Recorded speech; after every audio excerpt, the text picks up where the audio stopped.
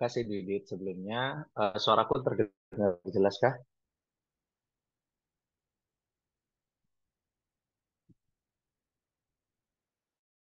Halo, suaraku kedengaran jelas nggak? Dengeran Bim. Oke, kasih. Oke. Hmm.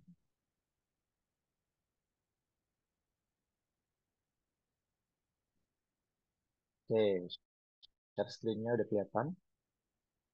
Sudah ya. Oke, aku mulai aja.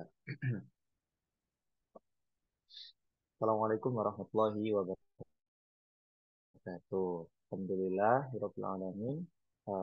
Kita hari ini masih diberi kesehatan dan kita sekarang dapat membahas satu bahasan yakni bab faal bab endokrin. Nah, kalau boleh tahu, kalau kalian mau tahu maksudnya, kalau kalian mau tahu, endokrin ini sebenarnya merupakan bab yang jarang dibahas di beberapa blog. Misal kayak apa namanya anatomi dan juga histologi itu sedikit sekali yang membahas tentang endokrin. Ya memang karena mereka itu sebenarnya suatu sistem yang mana nantinya dia akan menyebar ya. Jadi dia akan menyebar ke satu tubuh gitu. Ada yang dari otak sampai genitalia itu ada. Itu sistem endokrin. Jadi memang menyebar. Oke.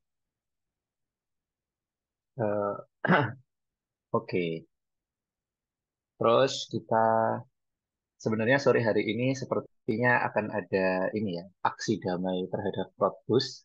Jadi bagi teman-teman yang ikut Zoom ini, mungkin kita doakan aja dari jauh, semoga apa yang dihasilkan nanti itu lancar dan juga bermanfaat buat semuanya lah intinya. Amin. Oke, kita mulai di pendahuluan dulu. Jadi pendahuluannya adalah ini, aku mau ngingetin di surat Yasin itu ada namanya ayat yang berbunyi A'udzubillahi minasyaitonir rajim Bismillahirrahmanirrahim. Wa man nu'ammirhu nunakkishu fil khalqi afala ya'qilun. Jadi gampangannya saat kita bayi itu semua sistem kita itu lack of function. Jadi sampai umur 2 itu baru sistem kita apa namanya bekerja dengan utuh. Nah, tapi nanti saat sudah tua itu lack of function lagi. Jadi semua sistem termasuk sistem endokrin ini saat sudah tua akan lack of function. Jadi eh, itulah memang kehidupan. Gitu. Dah, kita mulai dulu. Nah, jadi ada yang tahu ini gambarnya berhubungan dengan mekanisme apa sama kira-kira penyakit apa yang berhubungan dengan gambar ini. Gitu. Terus kira-kira juga sistem yang mengatur tubuh kita itu apa? Ada yang bisa jawab? Kira-kira gambar ini gambar apa? Bisa boleh chat di anu ya, direct message. Terus penyakit apa? Oke, insulin, diabetes mellitus, betul. Jadi, eh, kenapa buff endokrin ini sangat penting? Karena memang penyakitnya juga meluas ya. Jadi penyakit diabetes mellitus itu sudah menjadi penyakit umum di Indonesia terutama ya. Jadi gampangannya prevalensi dari diabetes mellitus itu memang tinggi. Nanti kalian ada blog tersendiri tentang endokrin di semester 4, tapi memang nanti di blog faal ini akan menunjukkan mekanismenya aja.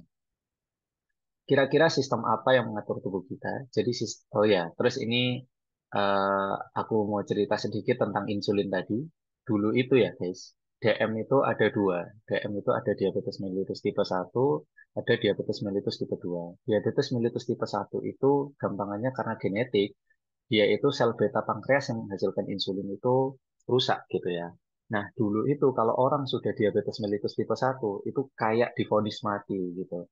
Tapi sejak ada dua dokter ini, dua dokter dari Kanada yang menemukan gimana cara mereka apa namanya memberikan insulin. Jadi insulin itu akhirnya dibuat terapi orang diabetes, mellitus tipe satu terutama, itu akhirnya mereka mendapatkan Nobel. Karena ya itu dari penyakit yang awalnya mereka itu tidak bisa ngapa-ngapain, kayak kalau sudah kena DM1 divonis mati, sampai mereka yang menemukan insulin sehingga dapat menyelamatkan banyak orang hingga sekarang, gitu ya.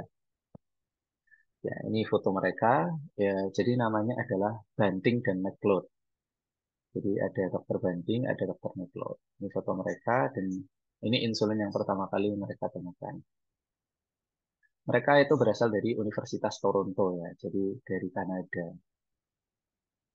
Nah, kalau yang eh, tahu ini biasanya di Jawa disebut dengan gondokan. Jadi gondokan itu gampangnya lehernya membesar. Kalau istilah medisnya itu goiter.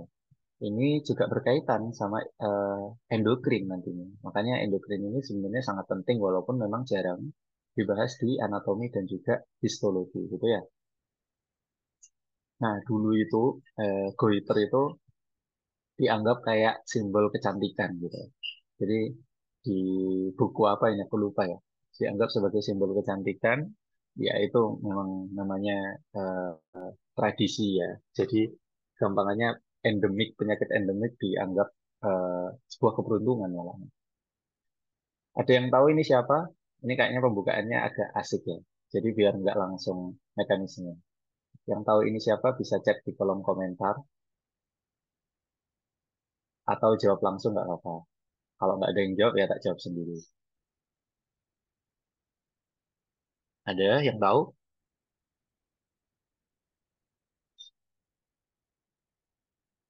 Oke, ada yang jawab Messi, betul. Jadi ini adalah Lionel Messi, salah satu pemain terbaik di dunia saat ini, yang kemarin menang Piala Dunia di 2022. Nah, Messi ini juga mengalami penyakit yang berhubungan sama endokrin, yakni namanya GH defisiensi. Lihat, Messi itu dulu tuh pendek sekali, dan bahkan sekarang, walaupun dikasih terapi, dia itu tetap pendek ya, kalau dibandingkan pemain Eropa. Dia itu tingginya sekitar 100.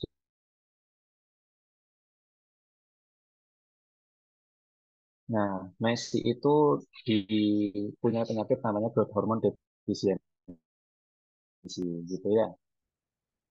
Ini juga hormon dan ini juga endokrin. Oke. Nah, sayangnya memang hormon itu gampangannya sering disalah-salahkan ya. Jadi gampangannya kalau hormon itu biasanya kalau dari kecil kita dibahas saat gini. Kamu kok jerawatan misalnya, oh itu hormon gitu, atau kamu kok kemudian gitu, kamu kok suka bad mood, itu hormonnya lagi nggak stabil ya gitu. Jadi memang gampangannya mereka itu sering menyalahkan hormon gitu. Padahal sebenarnya hormon itu lebih dari itu, lebih dari yang eh, apa namanya berhubungan sama mood, lebih dari yang berkaitan sama jerawat kayaknya. Nah, inti dari faal sebenarnya semua adalah tentang homeostasis. Jadi, maintain, balance, control, feedback, regulate, itu semua dari faal. Dan sebenarnya ya guys, kalau kalian ingin melihat lukisan faal secara garis besar, itu adalah endokrin. Sebenarnya ada lagi lah mungkin. Cuma maksudnya dengan kalian melihat endokrin, kalian benar-benar dapat contoh sederhana dari homeostasis dan dari mekanisme faal. Kalau mungkin bab yang lain itu memang ada overlap sama anatomi histo gitu kan. Ya memang namanya ilmu itu tidak bisa dipisah. Cuma dalam arti karena overlap sama histo dan eh, anat atau bahkan nanti overlapnya bisa sampai fisika gitu kan. Itu mereka kadang-kadang kita nggak konsentrasi terhadap bahwa semua tujuan itu saja ini homeostasis gitu. Ingin kembali ke tempatnya lagi. Nah, inti dari endokrin itu sebenarnya adalah komunikasi dari sel ya. Jadi endokrin itu salah satu mekanisme komunikasi yang namanya komunikasi ligan lewat darah gitu ya. Kalau nggak lewat darah, nanti namanya parakrin. Kalau ligannya itu dikembalikan ke dia sendiri, namanya autokrin. Jadi homeostasis. Nah, yang perlu kalian ketahui kalau di endokrin nanti itu ada reseptor, kontrol, dan center. Kenapa? Karena ini sebenarnya endokrin itu, tadi kan pertanyaan di awal itu siapa yang meregulasi syaraf gitu. Siapa yang meregulasi tubuh gitu kan. Yang meregulasi tubuh itu sebenarnya ada dua. Satu sistem syaraf, satu sistem endokrin. Jadi kalau sistem saraf itu meregulasi tubuh pakai reseptor, pakai kontrol, dan pakai efektor yang cepat.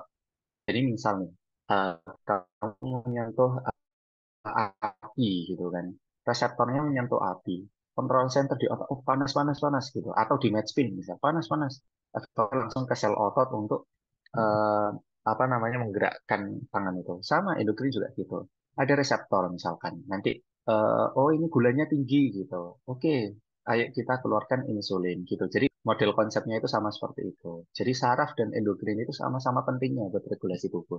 Cuma memang endokrin itu lebih lambat.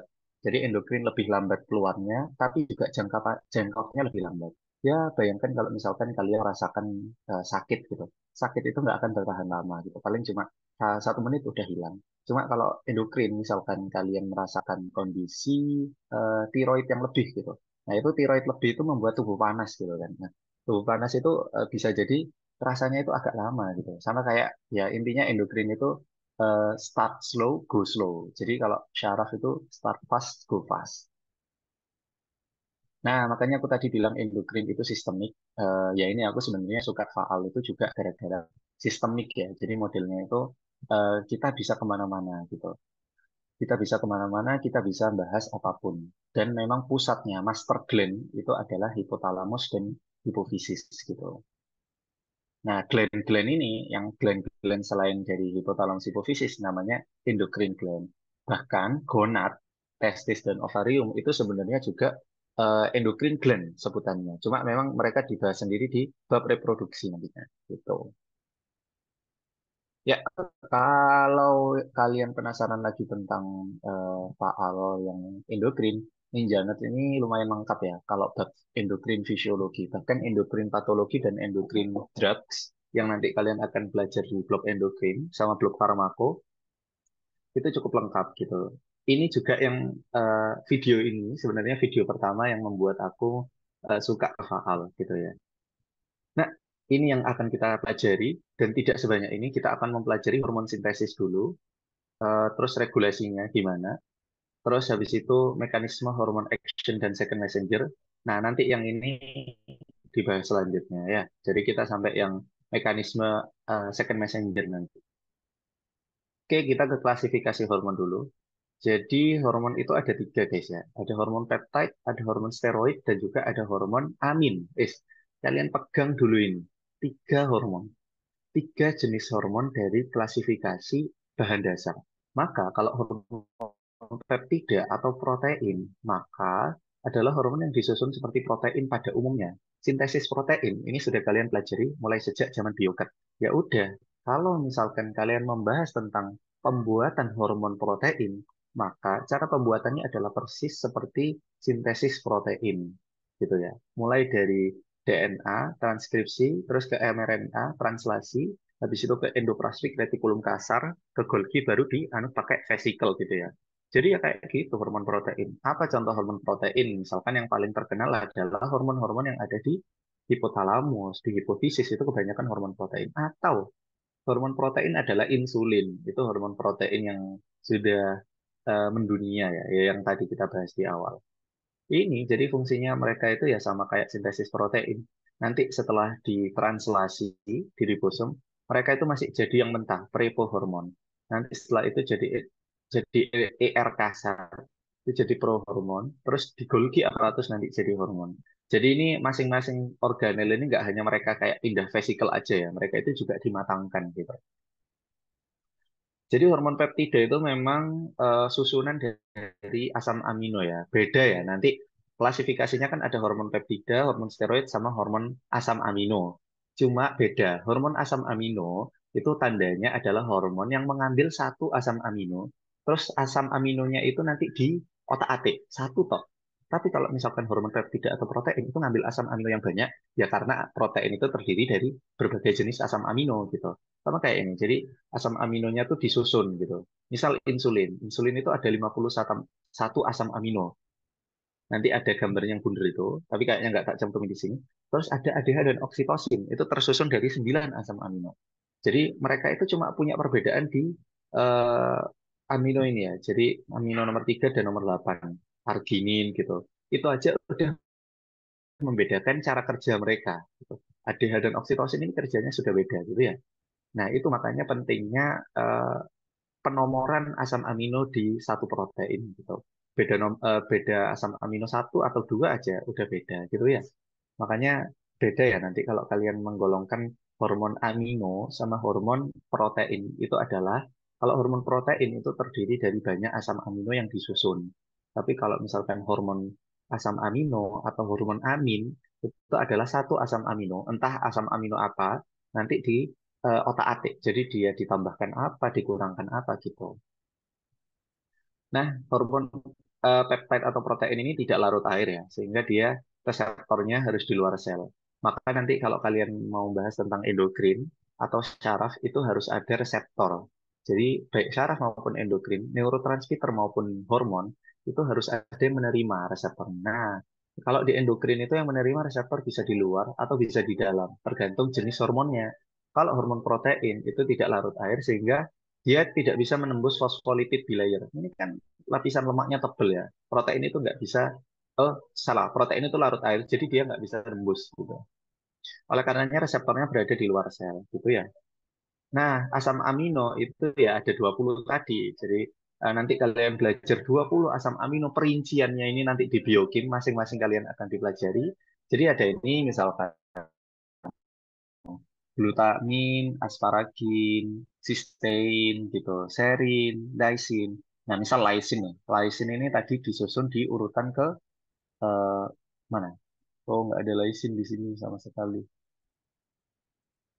Atau misalkan hmm, apa glisin lah ya, glisin ada kan. Ya, nah ini glisin, glisin itu disusun di nomor 9 gitu. Mereka bentuknya udah beda-beda. Nanti kalian dikasih tahu apa sih asam amino itu lebih di biokimia. Jadi asam amino itu pokoknya adalah suatu senyawa yang nanti mengandung gugus R, gugus amin, dan juga satu dia aku lupa. Nah, nanti yang menentukan panjang dan lain-lain itu gugus R-nya. Nah, sekarang kita ke hormon steroid ya. Hormon steroid itu dibuat dari rantai steroid. Jadi ini rantai rantai kolesterol, sorry sorry. Jadi bahan utamanya adalah kolesterol. Nanti mereka akan diotak-atik. Wis gitu cara bikin hormon steroid. Kalau hormon protein tadi kan kayak ada mRNA, transkripsi, translasi gitu. Kalau hormon kolesterol atau hormon steroid itu kalian ngubah aja bahan kolesterol gitu aja. Oke? Misal ini rantainya kan sama ini. Cuma mereka akan memodifikasi per masing-masing hormon. Biasanya kolesterol ini, steroid ini hormonnya terletak di adrenal, gitu ya. Jadi per masing-masing hormon ini dibentuk dari kolesterol di otak-atik, gitu ya. Nah, misal di gonads juga nih. Jadi testosteron atau estrogen, progesteron itu sebenarnya adalah eh, hormon kolesterol, gitu. Nah, karena dia itu larut lemak ya, jadi dia bisa menembus yang tengah ini, fosfolipid bilayer. Makanya reseptornya itu ada di dalam sel nanti ya, kalau steroid. Nah, ini kalau hormon amin itu bukan hormon yang tersusun atas banyak asam amino, tapi hormon amin itu sebenarnya adalah hormon yang mengambil salah satu asam amino dari sini, terus nanti di apa ya, kayak modelnya dimodifikasi gitu. Contoh yang sering adalah hormon tirosin sama hormon asam amino tirosin sama asam amino triptofan. Mana? Nah, ini asam amino triptofan ini nanti biasanya digunakan sebagai hormon melatonin. Terus kalau asam amino tirosin itu nanti bisa digunakan baik hormon tiroid atau epinefrin, katekolamin lah ini. Nah, gitu ya. Nah, asam amino itu hormon yang amin tadi, cara pembuatannya itu beda-beda ya. Pokoknya bahannya itu dari salah satu asam amino. Contohnya nih, hormon tiroid, yakni dari asam amino tirosin. Jadi diambil aja asam amino apa namanya, dibuat aja tiroglobulin. Jadi tiroglobulin ini kumpulan dari asam amino tirosin sebenarnya. Terus nanti dipasangkan sama iodin kalau tiroid itu. Makanya goiter tadi itu sebenarnya juga bisa karena kekurangan iodin, iodin defisiensi. Itu nggak dibahas sekarang, itu dibahas sama Deva nanti di pertemuan-pertemuan berikutnya. Cuma atau aku lupa. Cuma iodin ini dipasangkan sama asam amino, namanya asam amino tirosin gitu. Makanya ini beda ya sama protein. Kalau ini itu satu asam amino di otak-atik. Nah, cara ngotak-ngatiknya itu pakai iodin. Ada yang satu asam amino itu dipasang 4 iodin. Oh, salah salah. Jadi mereka itu pasangan dari dua asam amino. Terus masing-masing dua itu punya dua tangan untuk iodin, namanya gitu. Ada yang dua asam amino ini didapat karena apa namanya? Didapat karena apa namanya? Tempel dari iodin 3. Ada yang asam aminonya itu didapat nempel iodin 4, gitulah intinya. Nah, nanti makanya jadi T3 sama T4. Wis nggak dibahas di sini ya. Ini maksudnya cuma ngasih tahu bahwa nanti setelah tiroglobulin ini dipotong jadi asam amino tirosin, nanti dipasangin sama iodin. Ini salah satu contoh pembuatan asam amino hormon amin gitu ya. Ini contohnya tirosin yang satu asam amino ini nanti di apa namanya nanti di ini ya, jadi digabungkan sama tirosin satunya, jadi dua tirosin. Terus nanti tergantung iodinnya itu pasangannya ada berapa. Kalau iodinnya ada 4, berarti dia T4. Kalau pasangannya ada 3, berarti dia T3. Nah, T3 itu ada reverse-nya, yakni RT3. RT3 itu nggak bersifat aktif. Guys, itu nice info ya. Kita masih bahas klasifikasinya, Pak. Nah, asam amino tirosin juga itu menghasilkan katekolamin. Cuma ya itu tadi ya guys, bergantung gimana sih proses perubahan dia. Kalau proses perubahan ini kan kita kasih iodin. Cuma kalau proses perubahan yang ini itu kita modifikasi dengan enzim-enzim sehingga dia jadi katekolamin. Katekolamin itu dopamin, noradrenalin, adrenalin itu katekolamin. Ini kalau misalkan kalian bahas di neurotransmitter yang ada di neurofisiologi yang ada di Costanzo itu seluler fisiologi yang ada di Costanzo itu lebih ribet. Cuma ya itu kalian pokok tahu kalau misalkan klasifikasinya kalau asam amino atau hormon amin itu ngambil satu asam amino di otak-atik tergantung. Kalau tadi tiroid di otak-atik ditambah iodin, kalau di sini di otak-atik dipakai enzim-enzim, terus ada, nah ini ya, jadi bentuk mereka ya hampir sama sebenarnya. Hampir sama seperti bentuknya asam amino tirosin, cuma ya modifikasi lah. Nah, terus ada karena pembuatannya beda. Ini ya. Jadi gini, protein tadi itu sakjane kan larut air ya, sehingga reseptornya itu ada di membran sel kan. Maka kalau kalian logika, seharusnya hormon amin yang terbuat dari asam amino itu harusnya juga larut air gitu kan. Wong protein aja terbuat dari asam amino. Kalau ini malah asam aminonya cuma satu gitu kan. Itu kan larut air. Cuma ya itu tadi tergantung cara pembuatan. Hormon tiroid yang tadi itu ternyata walaupun asam amino terdiri dari asam amino tirosin, dia itu larut lemak ya. Jadi karena apa? Karena ada penambahan iodinisasi tadi itu loh. Nah, kalau yang di katekolamin tadi kan nggak ada, makanya dia itu larut air. Terus fungsinya apa, Mas? Akhirnya tiroid ini nanti reseptornya itu ada di membran sel. Sedangkan kalau misalkan katekolamin itu reseptornya ada di luar. Hmm. Jadi bahan yang sama itu reseptornya beda, ya kan? Gitu. Terus ya ini ya, jadi nanti bahkan bukan hanya di dalam sel kalau tiroid itu, hormonnya bahkan di inti sel. Nanti berkaitan sama retinoid X reseptor. Ini ada di ninjanet nanti. Nah, katekolamin itu ya ini buahnya ya. Jadi ada adrenergic, ada dopaminergic. Dopaminergic ini D1 dan D2 ini biasanya reseptornya di basal ganglia. eh, Dia itu sebenarnya nggak termasuk apa namanya hormon ya. Dia itu seringnya dibahas di neurotransmitter. Beda ya hormon sama neurotransmitter. Neurotransmitter itu parakrin. Jadi dia setelah keluar dari synaptic bulb, dia langsung ke apa namanya reseptor ya. Jadi reseptor sel terdekat. Kalau hormon itu lewat darah gitu. Makanya yang namanya norepinefrin itu ada yang sifatnya neurotransmitter. Contohnya di syaraf simpatis itu sebagai parakrin. Cuma kalau norepinefrin yang dihasilkan oleh kelenjar adrenal yang mengalir dalam darah itu hormon. Jadi ada dua. Makanya jantung itu kenapa dia itu regulasinya itu nggak hanya satu, nggak hanya dari S anode, karena dia dapat tambahan regulasi dari simpatis parasimpatis dan juga dapat regulasi dari hormon gitu. Jadi nggak bisa kalian gabungkan antara hormon norepinefrin sama neurotransmitter simpatis norepinefrin gitu ya. Nah, terus yang terakhir klasifikasinya itu triptofan ya. Jadi asam amino triptofan tadi yang mana? Ini ya, triptofan itu diregulasi dan di otak-atik sama daerah sekitar otak dan dijadikan melatonin, hormon tidur kita. Ini kemarin yang mungkin ikut studi global syaraf sama aku, melatonin ini berkaitan di limbic system. Sebenarnya nggak berkaitan di limbic system untuk saat ini. Bukan, bukan. Limbic system itu kompleks. Tapi melatonin ini berfungsi di limbic system bagian pengaturan tidur, gitu ya. Jadi melatonin ini hormon juga maksudnya. Bagian pengaturan tidur yang ada di otak, gitu ya.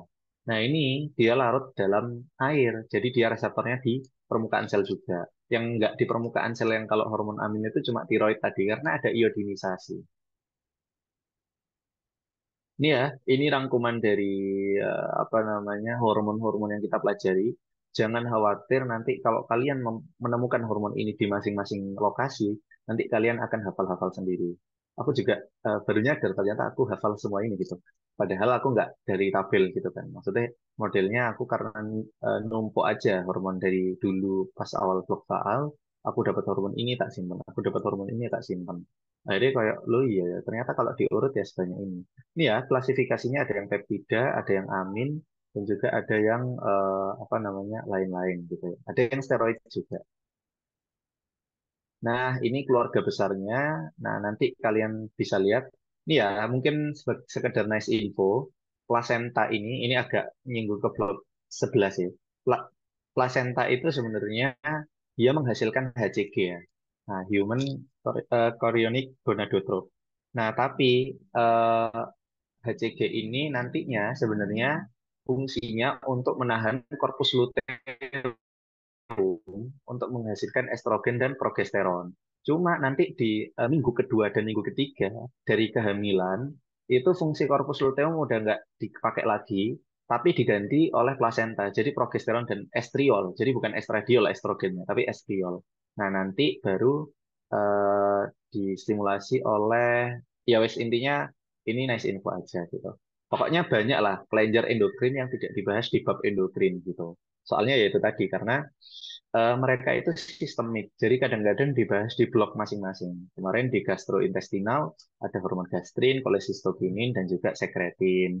Nanti di repro akan bahas HCG, HPL, gitu-gitu. Nanti di pankreas sendiri ini masuk endokrin ya. Tiroid masuk, paratiroid masuk. Nanti like, misalnya di repro bahas testis ovari sendiri. Gitu. Ya, sekarang regulasi hormon. Jadi regulasi hormon itu sebenarnya menggunakan feedback. Nah, gini ya, regulasi hormon itu bisa dibagi menjadi dua. Jadi yang pertama pokoknya menaikkan atau menurunkan, gitu, oke? Nah, gimana cara menaikkan sama menurunkan? Itu bisa dua juga.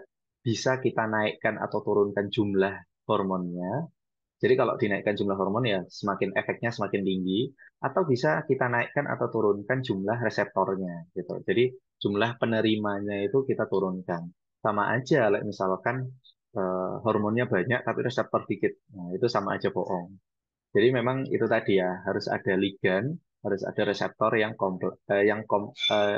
yang apa namanya klop gitu. Oke. Terus habis itu feedback ya. Jadi yang pertama kita bicara tentang jumlah. Nah, jumlah ini nanti diatur sama namanya feedback. Nah, feedback ini sebenarnya ada long loop, ada short loop, ada ultra short ya, ultra short loop. Terus feedback ini ada positif dan juga negatif. Nah, untuk long atau shortnya itu tergantung. Short itu pokoknya semua kalau misalkan dari hipofisis itu memberikan sinyal ke hipotalamus itu short. Kalau ultra short itu dari hipotalamus ke hipotalamus. Nah, kalau long pokoknya dari selain ini ke anterior pituitary atau ke hipotalamus terserah. Pokoknya kalau dari sini ke sini, wakil presiden ke presiden itu short. Kalau dari presiden ke presiden itu ultra short. Kalau selain itu ke wakil presiden atau presiden itu long ya. Jadi itu. Nah, negatif atau positif? Negatif itu sebenarnya adalah feedback yang menjaga jumlahnya itu tetap utuh ya. Jadi jumlahnya tetap regulasi.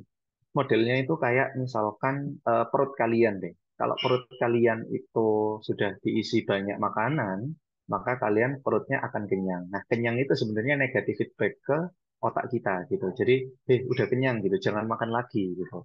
Nah, sama kayak hormon. Kalau misalkan hormon itu udah jumlahnya kebanyakan atau responnya kebanyakan, jadi ada jumlah ada respon ya. Kadang-kadang soalnya nggak bersinkron antara jumlah dan respon. Nah itu terkait penyakit nantinya. Nah cuma kalau jumlah atau responnya itu kebanyakan, itu dia akan membuat jumlahnya itu semakin dikit hormonnya. Misal nih ya, testosteron kita kebanyakan gitu. Nanti bilang ke atas, ini testosteronnya kebanyakan, tolong diturunkan gitu. Nah, masalahnya orang itu sering salah paham di negatif feedback itu. Negatif feedback itu cuma sering dibuat contoh kalau kebanyakan jadi dikit. Padahal ya vice versa gitu ya. Jadi negatif itu juga kalau misalkan kedikitan itu nyuruh banyak gitu. Jadi bukan positif negatif itu bukan antara nyuruh banyak atau dikit, tapi apakah dia menyuruhnya itu kebalikan dari keadaan. Nah, kalau kebalikan dari keadaan itu negatif. Kalau kebanyakan yang nyuruh dikit, kalau kedikitan yang nyuruh banyak. Tapi kalau nanti nyuruhnya itu malah sinergis gitu ya. Loh ini sudah banyak kok malah nyuruh banyak gitu. Nah, itu namanya positive feedback. Positive feedback itu juga termasuk homeostasis. Jadi kadang-kadang orang juga salah paham loh. Homeostasis kan keseimbangan, Mas. Jadi kalau misalkan kebanyakan ya disuruh dikit, kalau dikit ya disuruh banyak. Kalau gitu positive feedback bukan homeostasis dong. Positive feedback itu juga homeostasis, tapi dia itu karakteristik homeostasisnya berbeda. Jadi kalau misalkan negative feedback itu biar tubuh kita tidak kebanyakan atau kekurangan, kalau positive feedback itu biar tubuh kita segera menyelesaikan satu tugas tertentu. Misalkan apa? Misalkan ovulasi. Ovulasi itu nggak bisa setengah-setengah. Jadi ovulasi itu modelnya itu harus ada hormon LH yang banyak. Namanya LH surge. LH surge, kalau misalkan kita pakai negative feedback, itu nanti LH-nya agak banyak dikit, diturunin lagi. LH-nya agak banyak dikit, diturunin lagi. Akhirnya oh, nggak ovulasi-ovulasi gitu. Kalau nggak ovulasi-ovulasi, malah nggak homeostasis kan. Makanya positive feedback itu ingin tubuh kita homeostasis, tapi dengan cara agar tubuh kita menyegerakan salah satu tugasnya. Oleh karenanya, kalau estrogen dalam batas tertentu, dia nanti berubah dari negative feedback jadi positive feedback, sehingga ada LH surge, terus nanti LH surge-nya itu ovulasi. Ini mungkin sama kayak keseharian kita ya. Jadi keseharian kita itu kadang-kadang kita kalau ngerjakan tugas harus seimbang gitu kan. Nggak usah yang apa namanya setiap satu hari dikebut gitu. Jadi kayak ya udah negatif feedback kan. Kalau kebanyakan ya diturunkan, kalau kedikitan ya dibanyakkan gitu. Tapi kadangkala dalam mau ujian misalkan kita itu pakai positive feedback. Pokoknya segera diselesaikan satu tugas itu gitu. Jadi modelnya kayak gitu. Negatif sama positive feedback itu sama-sama ke homeostasis, cuma yang satunya itu menyeimbangkan jumlah dan respon. Tapi kalau yang satunya itu menyegerakan agar segera selesai. Contoh kehamilan juga. Nah, itu nanti oksitosin kalau mau mengeluarkan bayi itu juga positive feedback gitu ya. Nah, sekarang ada yang namanya regulasi reseptor ya. Nah, tadi kan aku bilang kalau misalkan regulasi itu bisa dari jumlahnya. Kalau jumlah menurun kan tentu respon menurun. Kalau jumlah naik tentu respon naik. Cuma bisa jadi bukan jumlah hormonnya yang kita atur, tapi reseptornya. Bahkan reseptornya itu nanti dibagi dua lagi. Bisa jadi jumlah reseptornya yang kita atur. Jadi semakin dikit atau semakin banyak. Atau bisa jadi afinitas terhadap satu hormon. Nah, itu eh, hanya nice to know aja. Intinya regulasi itu ya kayak gitu. Antara jumlahnya, pokok antara kuantitas atau kualitas ya. Jadi antara jumlah hormon atau respon reseptornya, reseptornya sendiri itu antara jumlah reseptornya atau afinitas reseptornya gitu ya. Nah, bisa up regulation.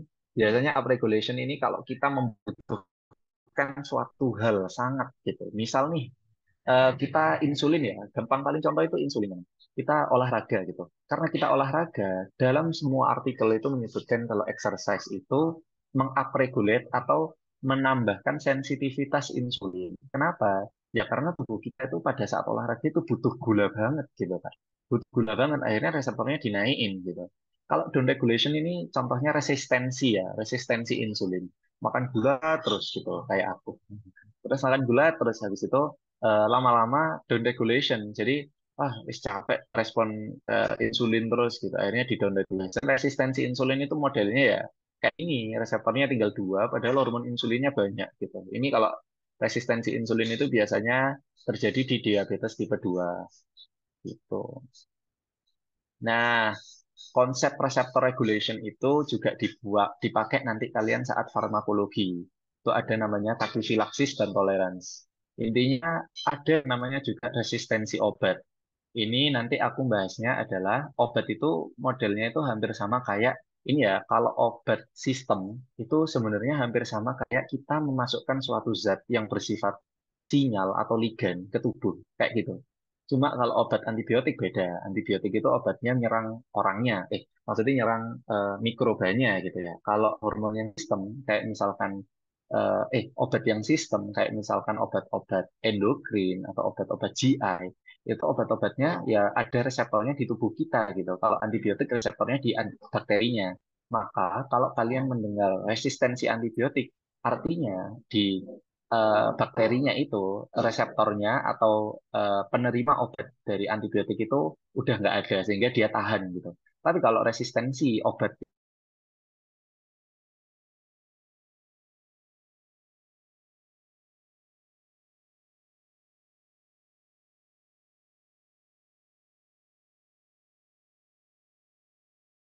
dan saat ujian mau ngantuk, terus habis itu ngopi lagi itu udah nggak mempan gitu. Kalian butuh lebih dari satu kopi atau butuh lebih dari satu gelas kopi gitu. Oleh karenanya kadang-kadang kalau misalkan orang jarang ngopi itu saat ujian saat ngopi itu bisa mempan banget gitu karena ada overregulation gitu ya. Suaraku sampai sini masih jelas belum? Soalnya barusan ada tulisan unstable. Jelas Kak? Sekarang udah jelas, Mas. Oke. Sip. Tadi ada yang bagian ketinggalan nggak, Farhan? Dari patah-patahnya. Enggak sih, Mas. Kalau saya.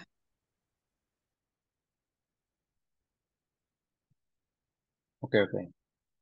Lanjut ya. Ini terus terkait sama ketidakseimbangan. Ini terkait ketidakseimbangan. Ini gambarnya khas banget di PPT endokrin. Ini contoh dari eh, ketidakseimbangan hormon ya. Maaf, ganjil. Nah,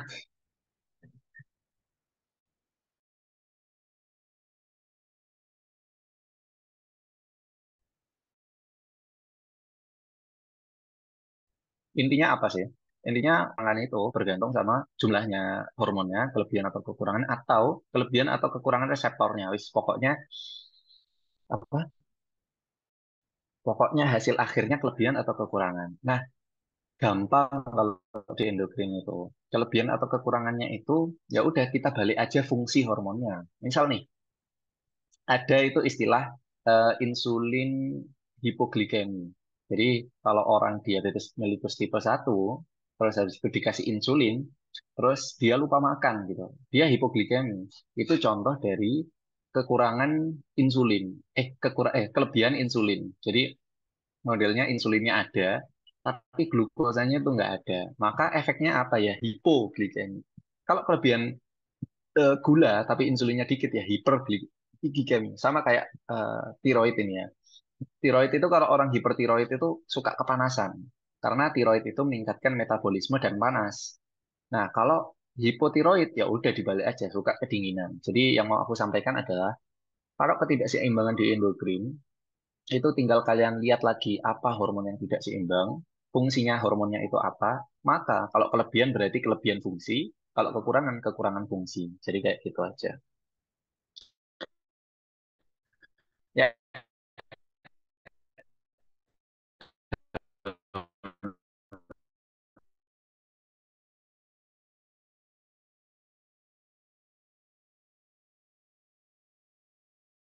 aku cuma mau memberitahu bahwa ini nanti berkesinambungan ya antara faal farmako sama biokim. Ya, mekanisme reseptor ya. Jadi mekanisme reseptor itu ada reseptor yang tadi aku bahas di permukaan sel. Nah, reseptor yang di permukaan sel itu banyak. Ada yang pakai reseptor modelnya adenylyl siklase. Jadi, adenylyl siklase mekanisme itu memakai messenger CAMP dan dia pakai protein kinase A enzimnya. Intinya kalau kalian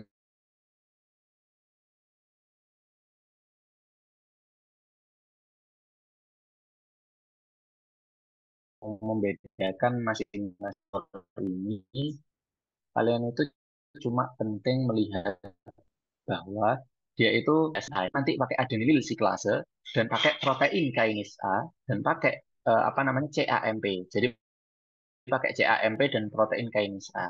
Nanti kalau kalian di biokim itu kalian akan tahu banyak tentang enzim kinase. Itu biasanya adalah enzim yang mengaktifkan atau oh macet ya. Suaraku masih macet kah? Aku tak ganti hotspot aja deh.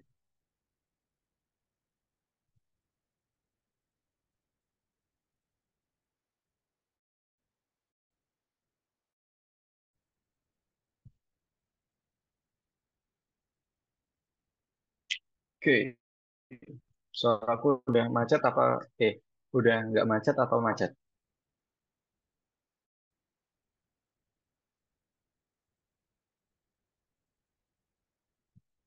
Oke, sudah bagus ya.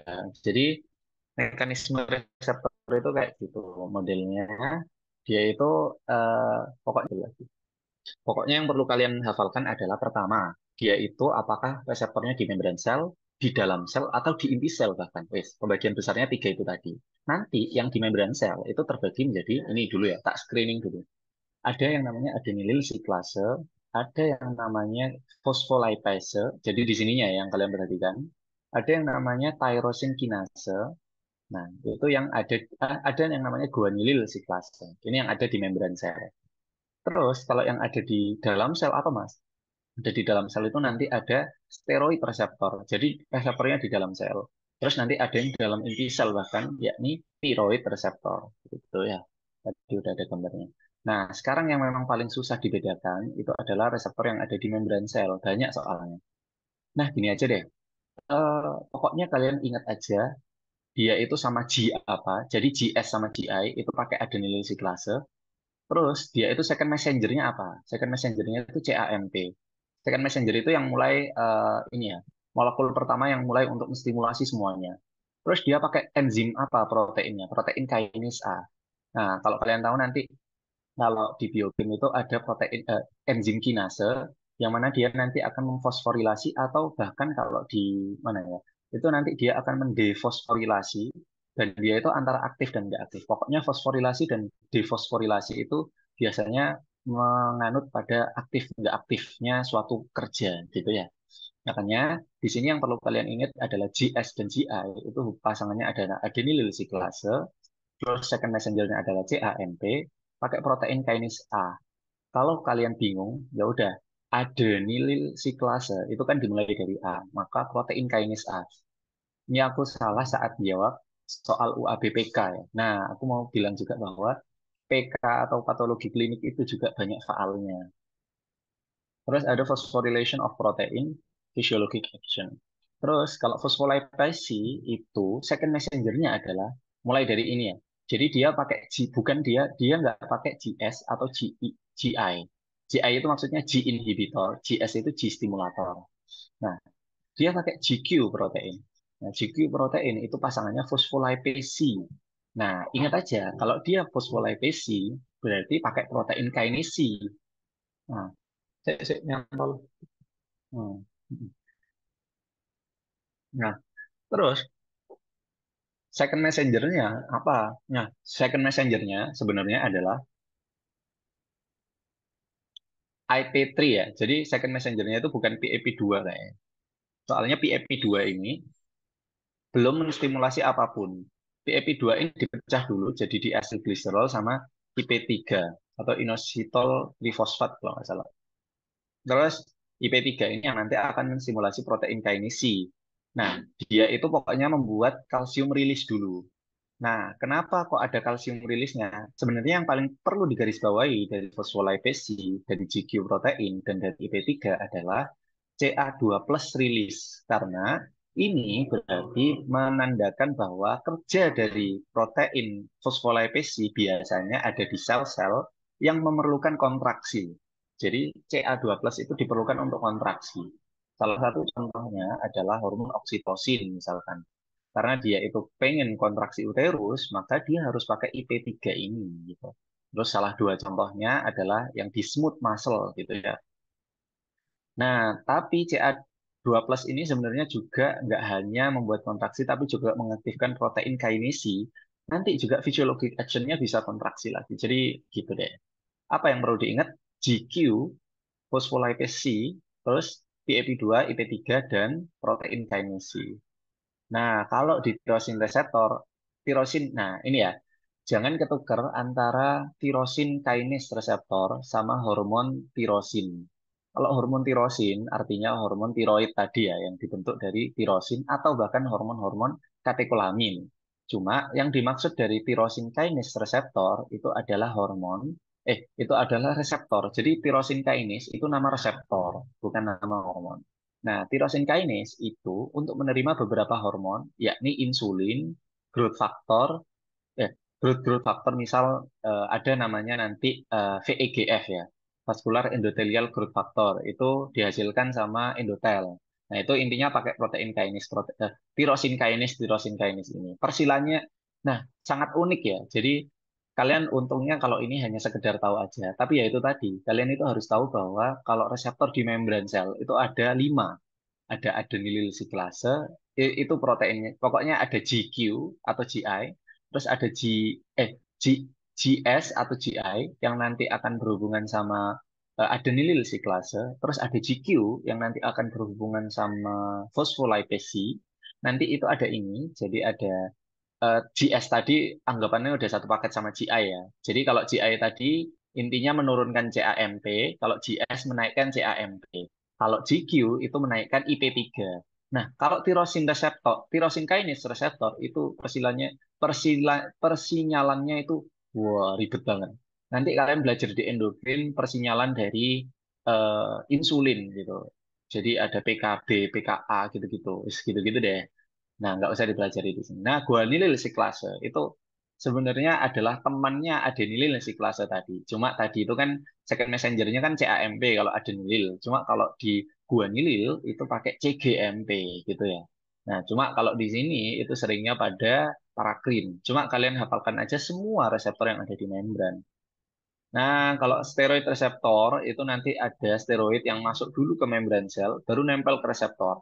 Jadi nanti itu ada beberapa bagiannya ya. Jadi ada bagian yang nempel pada steroid, ada bagian yang DNA binding domain. Makanya semua hormon yang apa namanya reseptornya di dalam sel itu pasti eh, cara kerjanya adalah mempengaruhi DNA atau RNA karena mereka ada DNA binding domainnya dan mereka ya ini apa namanya menghasilkan protein sintesis atau kerjanya pokoknya dari apa namanya kerjanya itu membuat hal-hal baru gitu loh, pakai genetik. Ini jangan overlap sama pembuatan hormon peptida ya.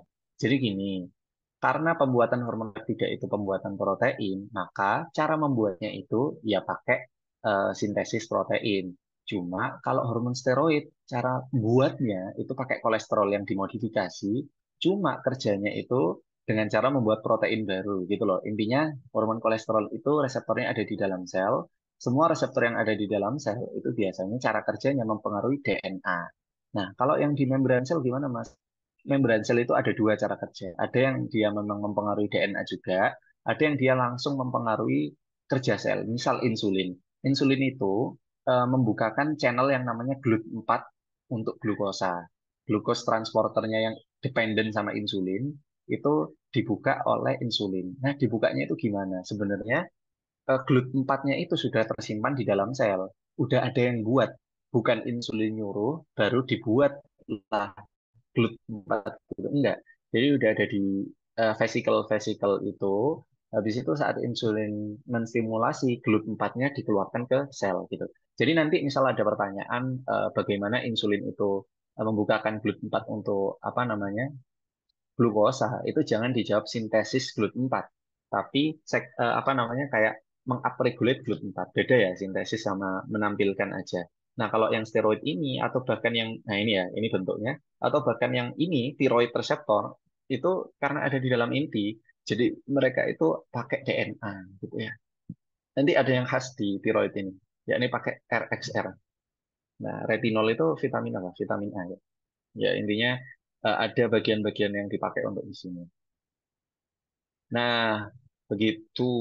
Nah, oleh karenanya jangan ketukar antara tiroid hormon atau tiroid reseptor ini sama tiroid sama tirosin kinase reseptor. Kalau tirosin kinase reseptor itu yang ini. Dia menerima growth hormone, insulin, dan growth factor. Nggak ada hubungannya sama insulin, sama tiroid sama sekali. Kalau tiroid ya reseptornya ada di dalam sel gitu. Yep, ini pembagian besarnya tadi. Jadi adenilil siklase pakai CAMP, yang ini pakai CGMP. Nah, ini makanya aku bilang tadi seringnya memang parakrin ya. Nitric oxide sama atrial natriuretik ini sering parakrin. Bahkan ini bisa dianggap neurotransmitter. Terus steroid itu biasanya, nah ini kenapa aku garis bawahi tiroid hormon? Karena sebenarnya tiroid hormon itu bukan steroid hormon, tapi mekanismenya kayak steroid. Artinya reseptornya di dalam sel. Makanya ini yang perlu digarisbawahi adalah mekanisme, bukan dia termasuk hormon steroid gitu ya. Terus sama kayak siapa misalkan?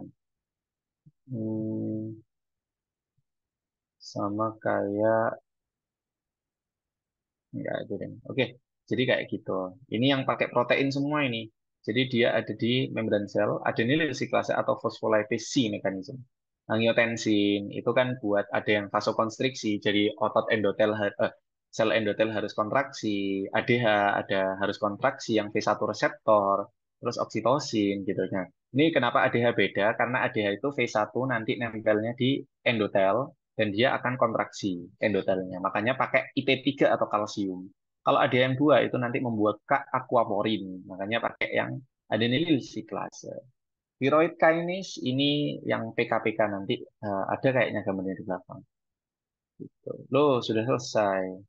Ya, seperti itu aja. Ada yang mau ditanyakan?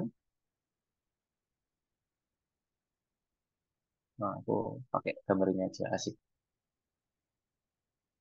Iya, jadi kenapa kok apa namanya hormon tiroid itu walaupun tadi di pembahasan ini kan, jadi hormon itu kan dibagi menjadi tiga, peptida, terus habis itu steroid, dan juga amin.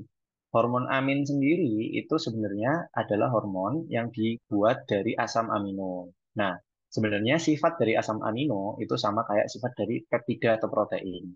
Cuma yaitu asam aminonya tergantung asam aminonya diapakan. Asam aminotirosin itu dibagi menjadi dua. Ada yang dibuat menjadi tiroid, yang ditambahkan iodin, ada yang dibuat menjadi katekolamin. Nah, katekolamin ini walaupun sama-sama bahannya tirosin, sama kayak tiroid, mereka ini reseptornya di membran sel. Nah, kalau yang di tiroid ini reseptornya di inti sel gitu. Ya ada, kalau dulu aku tanya ke dosen biokim, eh, dia itu perbedaannya memang caranya menggunakan iodin. Jadi karena ditambahin iodin, maka sifat dari hormonnya itu berubah. Jadi sifat hormonnya jadi larut lemak gitu ya. Tadi mana kembali? Nah ini, karena proses pembuatannya beda, hormon tiroid bersifat larut lemak sehingga reseptornya berada di dalam sel. Hormon katekolamin bersifat larut air sehingga reseptornya ada di membran sel. Jadi seperti itu. Nah, misal asam amino triptofan yang menghasilkan melatonin, itu reseptornya juga di membran sel. Jadi memang pengecualian banget terhadap siapa namanya si tiroid ini. Oke, ada lagi atau pertanyaan faal lain tapi yang aku bisa boleh, nggak harus endokrin.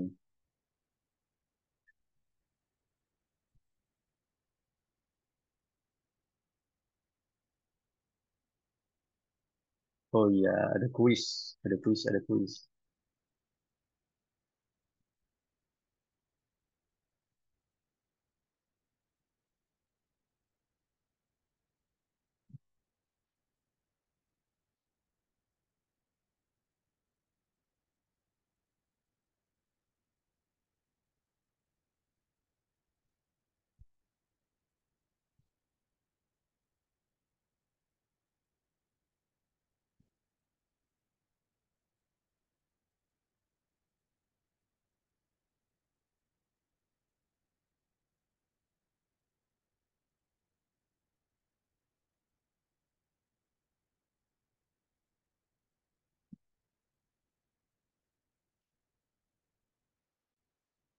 Apa kalau ada pertanyaan? Oh,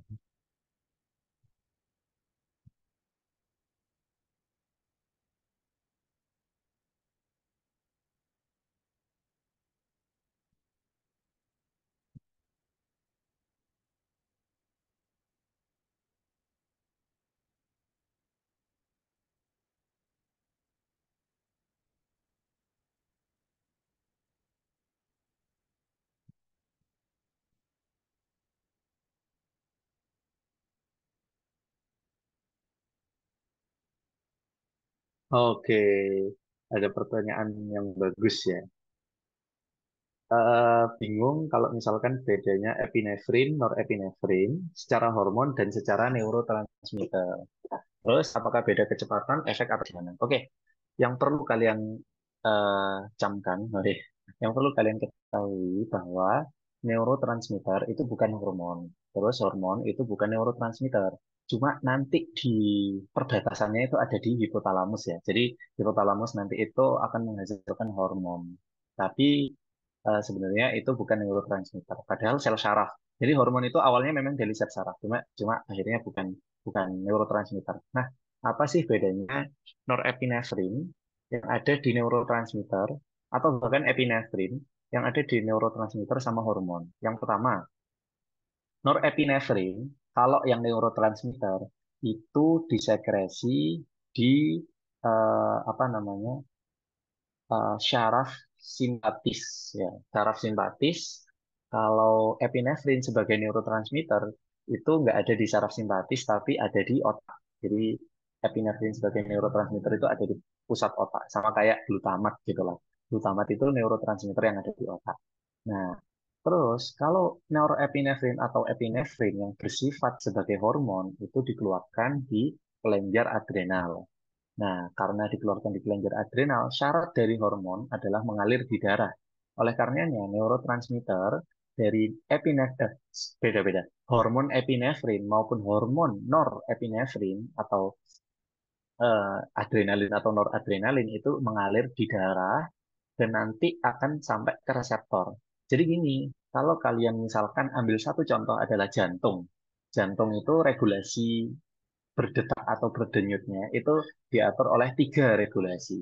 Regulasi pertama adalah regulasi apa namanya pacemakernya sendiri, SA node, AD node, Purkinje dan juga apa namanya sabut oxis dan juga Purkinje. Kalau kalian tahu mekanisme kedua adalah mekanisme simpatis yang dikeluarkan oleh syaraf simpatis yang mengeluarkan apa? Norepinefrin, gitu kan?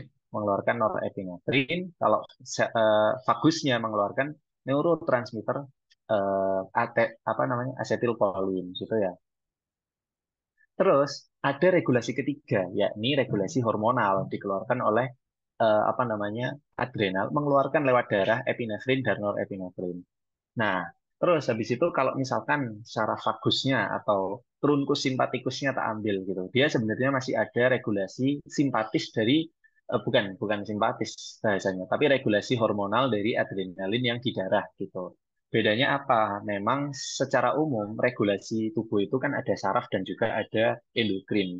Nah, cuma bedanya saraf itu start fast, go fast. Jadi mulainya cepat, tapi hilangnya juga cepat gitu. Kalian misalkan ya gerakan kalian gini, seret gitu. Itu dari otak ada neurotransmitter gini-gini misalkan, itu ada neurotransmitter di asetilkolin, di nikotinik yang ada di muscle, itu cepat, tapi ya hilang efek untuk gerakannya juga cepat.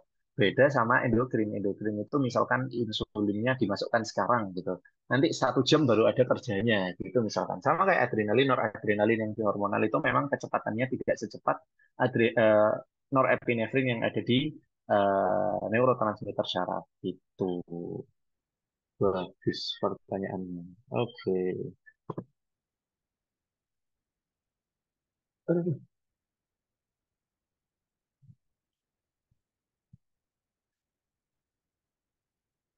oke. Dua pertanyaan sudah sangat kritis. Itu sama-sama.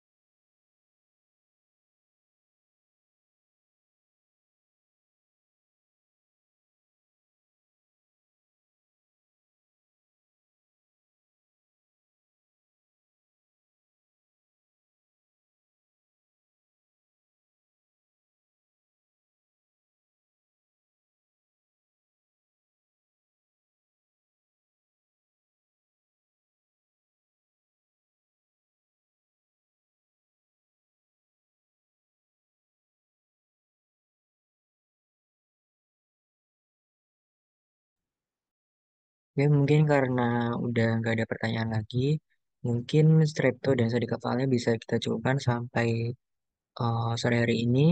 Mungkin bisa berdoa sesuai agama dan kepercayaan masing-masing, berdoa dimulai.